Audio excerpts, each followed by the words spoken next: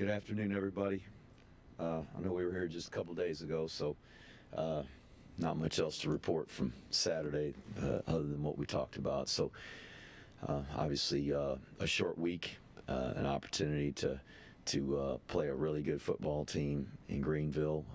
Be my first trip there. I heard it's a great atmosphere and a heck of a crowd, and they've got a really good football team, very talented, very well coached, and we know it's going to be a challenge for us. So we're doing our very best to get prepared in the short amount of time that we have, and obviously having to travel on Wednesday. So we're every moment since we played the game on Saturday, we've been trying to get prepared for the game.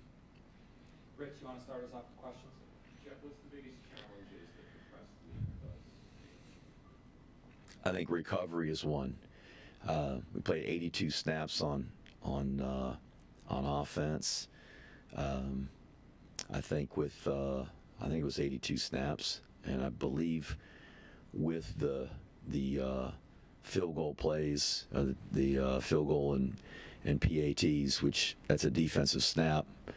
We had some starters that played 90 snaps on defense. So having a recovery time is a challenge. That's one thing. And the other is preparing for a very formidable opponent. They have a high-powered, fast-paced offense, and they've got a lot of athletes and are really scary. And then defensively, they are athletic, a great-looking football team. Coach Harrell does a terrific job. His defensive background obviously has squared off against us in the past and against Cody Worley in years prior. And so there are a lot of particular challenges, and it's all magnified with a short week. Jeff, 3 games in, though it's the quarter pole of the season, how would you evaluate where your team is at 25% through the season? We're just a work in progress, trying to improve, and obviously we've had some turnover issues on offense that we've got to try to address.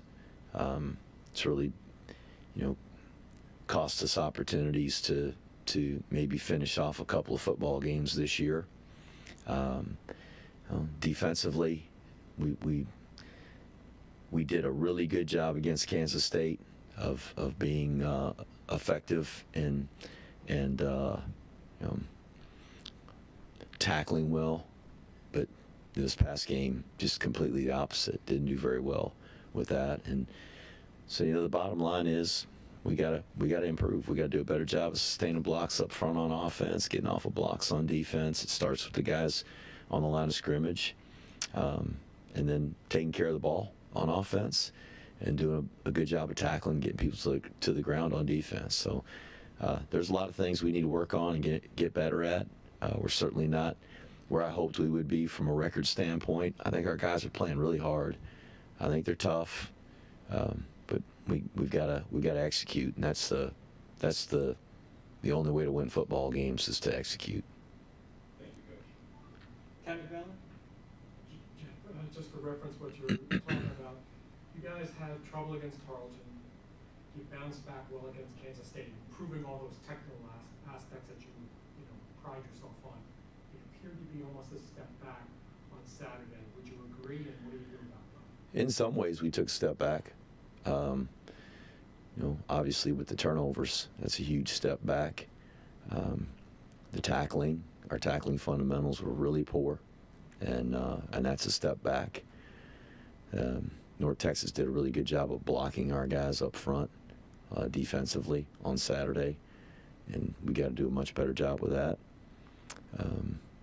We had some plays offensively, and you're not going to hit every play, but just some things from an assignment standpoint. The 4th down play, we hurried up where we'd thrown it to Noah, and I thought it skipped and hit the ground, and there's no replay of it because we went so fast in the next play and they stopped us. They were showing the replay of that, but that's just that's a play where we didn't block it correctly, and the guy just shot the A gap unblocked, and that's a little bit frustrating to have those things happen.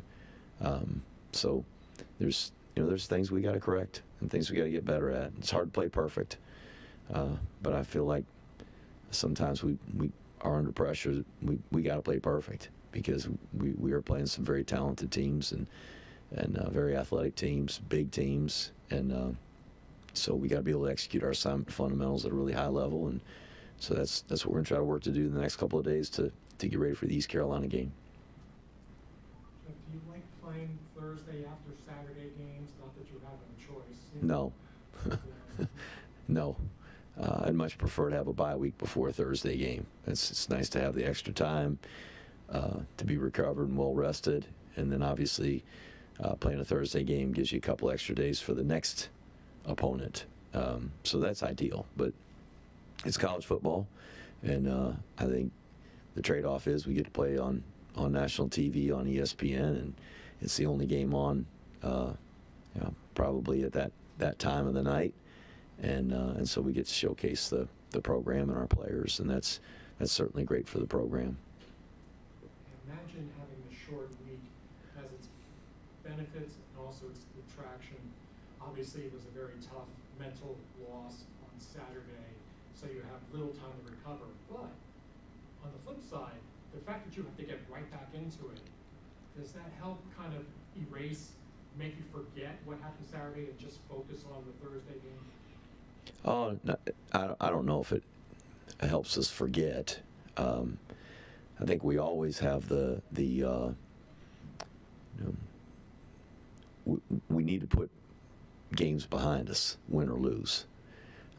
It's difficult to do as a competitor, particularly the losses. The victories are much easier to put behind us, and we can allow victories to impact the way we play the next time by being complacent and feeling like well, we're good enough and we've arrived, and we can do this against this opponent. We ought to be able to do that against every opponent. And the bottom line is, you get every week teams fighting you and trying to win, and they got good players too, and so got to put it behind us. And I think we did a good job of that after game 2 with the victory, of putting behind us and getting prepared for North Texas. We knew how good they would be, how tough they would be, and unfortunately we didn't find a way. They made a bunch of plays, and we didn't make enough of them, and we find ourselves on the short end of the stick,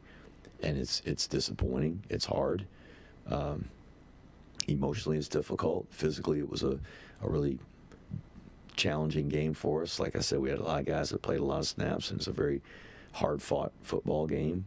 But we got to put it behind us and get ready for East Carolina. If we sit around and think about that one and rehash what could have been or what happened, or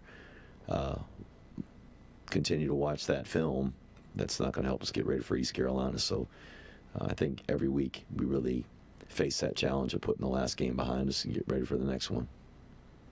Jeff, can you just address the quarterback situation now that you've had a chance to watch the film and everything? What did you think about Dwayne and Kale's performances?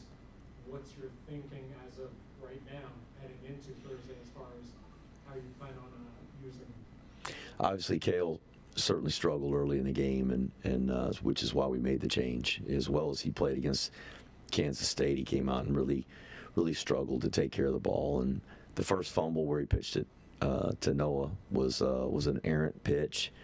Not that he couldn't have pitched it to him, but he was pitching off the wrong guy, and it was a triple option play, and just a mistake on his part.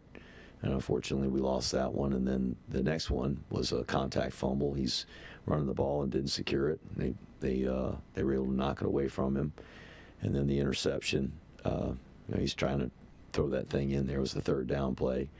And unfortunately, they made a great play and returned the ball back to our 10-yard line. That was after their team had come off the 2-yard line, and we finally got the ball back from them on downs. They went for it on 4th down and didn't make it. We turned right around and give it back to them, and they were able to kind of complete that swing of 98 yards coming off their 2-yard line for a touchdown.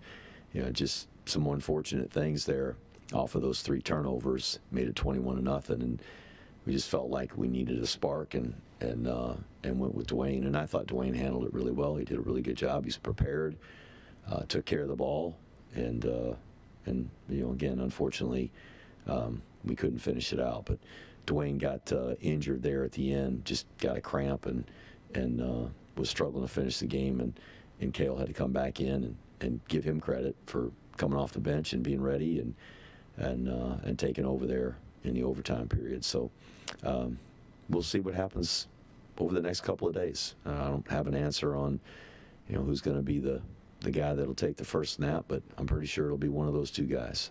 Could it literally be a game time decision? No, we'll make it before then. I mean, we're not going to make it before the game, like in the moments before the game. We'll know in the next couple of days. Austin, get started on Zoom, please. Perfect. We'll go to Ken Kreitzer first. Ken, go ahead. Hey, good afternoon, Coach. Just on the following up on Ken's comment about the quarterback situation, how do you feel about Zach Mundell if he was needed to go into a game? Well, he'd go in the game and do a good job. I don't have any doubt. He works really hard. He practices every day. All of the same things that those two guys that have started games practice, the fundamentals, the plays. He gets plenty of reps in practice, so we've got confidence he would do a good job. And just on defense, Coach, Eric Ford had a big day. I think he had 7 tackles in the game at outside linebacker. Yeah, 7. How do you feel he did? Was this kind of an elevation of his game? He had a good game. He's continued to improve. This is really he's a first-year starter for us. So though he's a senior, he's relatively inexperienced when it comes to playing entire football games. And he played 70 snaps on Saturday, which is a lot of snaps. And some of those were really good. Some of them need improvement, just like the rest of his teammates. A lot of it was good. And so I'm anxious just to see him continue to play and get that game experience, and I think he'll continue to play better as the season goes along. Also, Steven Nardozzi had a bunch of big tackles at 6 on the day. It seemed like he had a good game. Nardozzi came in place of Colin Madison, who was injured, and filled in and did a good job. He had the big forced fumble there at the end of the fourth quarter, which gave us a chance to go down and tie up the game. So that was a big play, and he's a different type of athlete. You look at Colin. He's a shorter. He's a physical guy, good speed. Steven's a little bit longer, rangy, built a little bit more like Casey Larkin, but very capable of doing the job, and made some good plays for us on Saturday. And just about East Carolina, their coach came in last 6 games last year, Blake Carroll, and I believe they won 5 of the 6, and they beat North Carolina in the Military Bowl. What did he bring to the team? As you said, he was a defensive coordinator, linebacker coach. What did he bring that kind of sparked the second half of their season last year? You'd probably be better asking the people there on what he brought and how things got changed. Certainly, I think there was some great enthusiasm. He's a pretty fiery guy, and they just started playing really well. And he obviously had been on staff, the defensive coordinator, and maybe some of his personality as a defensive coordinator came out in the entire team. But he does a really good job. He's an outstanding coach, and but I think the folks there probably would have a good answer for you on that. Sure. And just about their quarterback, Caden Hauser, 103 to 158, averaging 314 yards a game, 5 touchdowns, and their top running back, London Montgomery, 37 yards a game, 151 total. What do you see in their offense? As I said in my opening statement, just an athletic football team. They go really fast, and they're one of the fastest paced or tempoed offenses in the country, and so they create challenges for teams doing that. Really athletic, running backs, receivers, tight ends, our offensive line. The quarterback obviously is an experienced guy. I think they got a really good offense and make it a real challenge for their opponents. It'd certainly be a challenge for us. Thank you, Coach. Thanks, Ken. We'll go next to Joe Iacano, Go Black Knights. Coach Monken, first question for you. The defensive line struggled last week, getting pressure on the quarterback as well as in run defense. Obviously, they're missing one of their key leaders in Cody Harris-Miller. What's Cody's status? How's he coming along, and does he have a chance to play on Saturday or Thursday? No, he's not going to play on Thursday. He's still in a recovery phase, so we're confident he's going to be back before the season's over. We don't know exactly when that's going to be, but making progress. And then follow-up and final question for you. What does practice look like this week? Are you guys full contact today? Are you hitting tomorrow, kind of, with the short week? How have things changed for you? We're in shells today, so it's a little bit of a lighter practice, not what we normally would do on a Tuesday. Obviously, the short week kind of changes how we operate. Typically, we come back and practice on Sunday in spiders and helmets and take Monday off, which helps recover, and then we can get back into it on Tuesday. So, because we're having to do something physically every day this week just so that we can be prepared. It's a little lighter today. Tomorrow will be a little heavier than today was. And then Wednesday before we leave will be really light. And then we'll fly down there and hopefully have our guys as fresh as they can be coming off of Saturday. Thanks. We'll go next to Thomas Shanahan. Thomas, go ahead. Hey, Coach, I'm writing this story for the Raleigh News and Observer, somewhat of a homecoming for Larry Pickett. Can you give our readers kind of a summary on why you recruited him and how he's progressing in his second year? We've had a chance to talk about Larry a good bit here the last couple of weeks, just because of the events a few weeks ago, and it's a great story. Larry's a good football player, really smart, a good leader, and that's how we identified him, Tom. We identify all of our guys. Usually they come highly recommended by their coach, and we follow up and do our evaluations as we did with him, and just found a guy that was a good fit for our program. And he's playing special teams. He hasn't played a bunch of defensive snaps for us, but I anticipate over the course of his career this season, and if not this season, as he goes through his career, that he'll find his way onto the field on defense. It's usually the way it works. When guys continue to persevere and push through, then they find their way onto the field. Okay, and then obviously with your roster, just about every road trip is a homecoming for somebody. How do you deal with that for guys to keep their focus? I think our guys are excited to play, and whether it's here or it's at home, for them, they're going to see parents, they're going to see friends. There are distractions out there that can, I guess, cause issues. But if our guys remain focused, which I think they do, then they aren't distractions. There's always temptations, though, and that's the case for everybody. Great, thanks, Coach. Thank you, Tom. Anything else, Austin? Anything else on Zoom, guys?